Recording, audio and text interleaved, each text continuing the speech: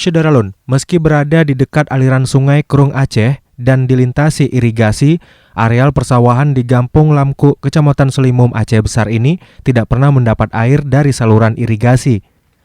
Hamparan persawahan yang mencapai 50 hektar lebih itu pun masih mengandalkan air hujan. Padahal irigasi yang berada tepat di sampingnya sudah dialiri air sejak 1992 silam.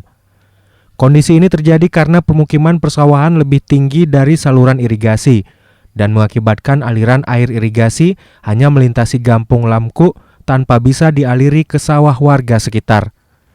Hanya sebagian kecil di antara petani yang kemudian memiliki modal dan mampu menggunakan mesin pengisap air untuk bisa memasok air ke areal sawah mereka.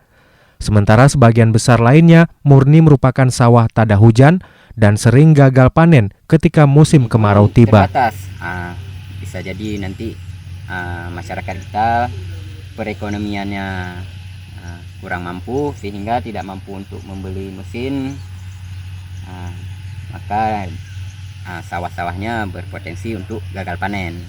Paling mengharap hujan. Kalau memang kita kemarau, otomatis sawah masyarakat Gampung Lamku gagal panen. Menurut masyarakat setempat, kondisi serupa juga dialami areal persawahan di hampir 10 desa lainnya pada Kecamatan Cotgli. Dari Kuta Cotgli, Aceh Besar, Mas Rizal, Serambi On TV.